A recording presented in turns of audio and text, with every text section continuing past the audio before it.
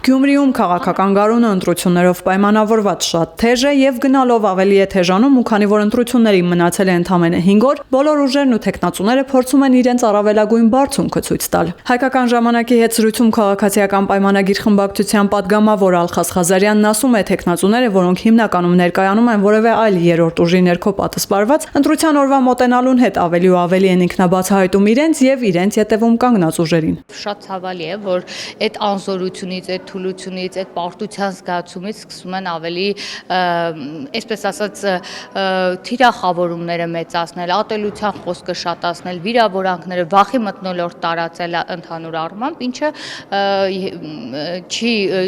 լավ չի ընդունվում հենց գյումրեցու կողմից։ Տեխնացուներից ամենակարկառունը Գյումրու նախկին քաղաքապետ Վարդան Ղուկասյանը, որն անցնում է ապօրինի գույքի գործերով եւ ամեն անգամ տեսախցիկների առաջ չի զլանում նոր գաղափարախոսական մոտեցմամբ հանդես գալ, այս անգամ էլ քաղաքացիական պայմանագիր կուսակցության անդամներին առաջարկել է իր հետ գնալ գաղութ նստել, պարզելու համար, թե ով է ավելի, այսպես ասած, լավ տղա։ Հələ մի օրում ես ինպես մտնում որ սաղ իրար հետ ես էլ հետները երթան կաղուտ նայենք ով տղա դուրս կուկա։ Իշխանական падգամավորն ասում է ապշած է վերջինիս խոսույթից ու զարմանում է, թե ինչպես կարելի է ընտրապայքարի մեջ մտնել նման ոչ adekvat խոսույթով։ Նախ եկեք հիշենք ով է եղել Վարդան Ղուկասյանը։ Վարդան Ղուկասյանը միջև հեղափոխությունը եղել է Նժդեհական հանրապետական, հեղափոխությունների օրերին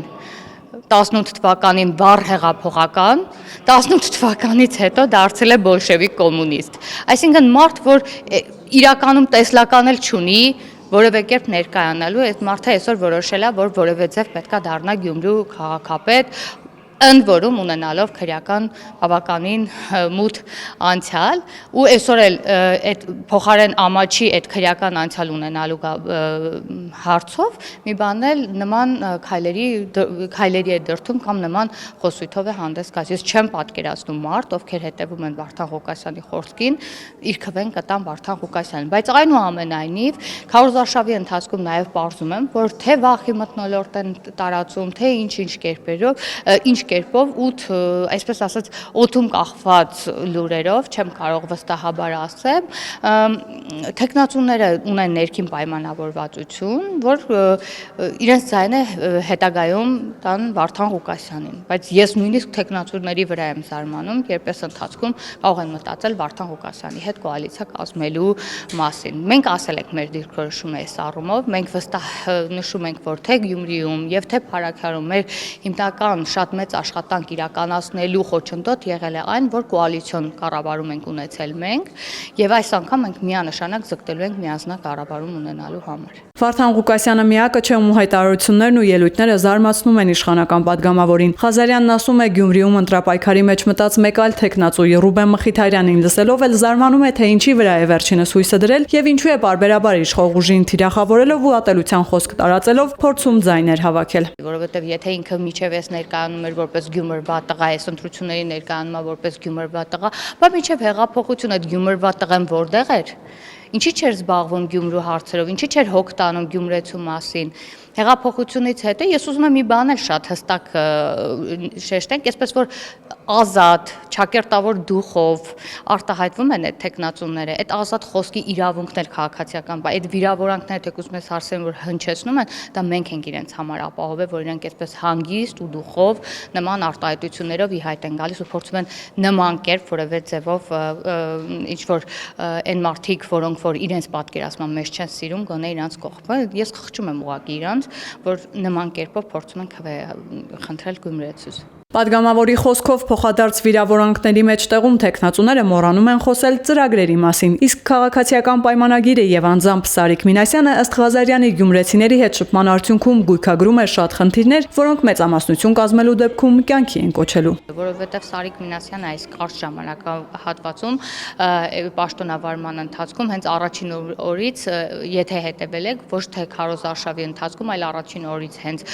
Գյումրիի փողոցներում մեր գյումրեցիների հետ է շփվում, ընթացքում, այսինքն չկար մի տուն, որ մտնեինք, ովքեր Սարիկի հետ արդեն շփված չլինեին, իրենց խնդիրները ասած չլինեին ու այդ խնդիրների հիման վրա կազմվեր ծրագիրը։ Այսինքն ծրագիրը բացառապես կազմվել է Գյումրեցու խոսքից ելնելով, Գյումրեցու պահանջից ելնելով ու հստակ կա տեսլական, թե ոնց է իրագործվելու։ Արդեն այն անընդհատ չեմ ուզում այդ խնդրի մասին խոսել, բայց երբ Գյումրի էիր գնում կամ առհասարակ Շիրակի մարզ էիր գնում, թափառոշների հարցը եւ այլն, եւ այսօր Գյումրեցին տեսնում որ այդ գործընթացը ոչ թե պայմանավորված ընտրություններով է իրականացվել, այլ միջև ընտրություններն էր արդեն իրականացվել եւ նմանատիպ շատ խնդիրներ, որը չենք սպասել միջև ընտրություններին, որպեսզի կարողանանք ինչ-որ աշխատանք ցույց տանք, մենք իրոք աշխատել ենք ու առհասարակ Սարիկ Մինասյանը հենց Գյումրվա տղա, ինչ ենք մեր կարգախոսի մեջ մեր Սարիկը միշտ եղել է Գյումրիում, միշտ աշխատել է Գյումրեցու համար, ցանկացած բնակարանի դուռ թակելուց մարդիկ դա փաստում էին, որ միասնական սոցիալական ծառայության հետ է եղել, իր հետ են խոսել, շատ հարցեր ա լուծել, շատ հարցեր են մնացել, իրենք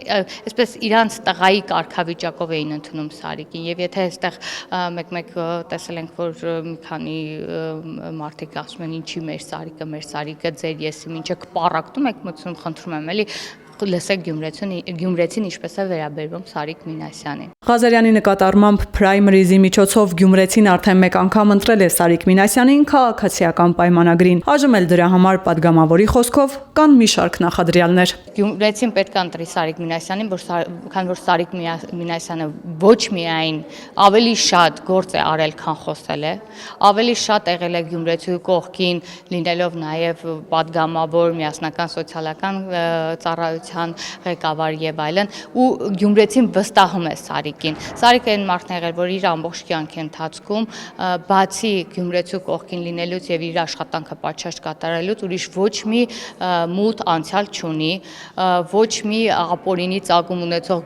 գույքով չի անցնում, ոչ մի քրեական անցյալ չունի, կրթված է, բարեկիրթ է, քաղաքակիրթ է, նույնիսկ այս դաժան, այսպես ասեմ, քարոզարշավի ընթացքում եւ ամեն մարդ իր դեմքն ու իր որակն ու իր մակարդակն է ցույց տալիս, Սարիկը էլի իր բարձրունքում է, էլի կարողանում է ներկայանալ իր տեղից, իր դիրքից, իր բարեկրթությունից, իր դաստիարակությունից եւ այլն։ Ես ուղղակի հիանում եմ, թե ինչ քաղաքակիրթ կերպով կարողանում է այս ամբողջ թողուբոհի ընթացքում հավասարակշիռ անել իր աշխատանքը։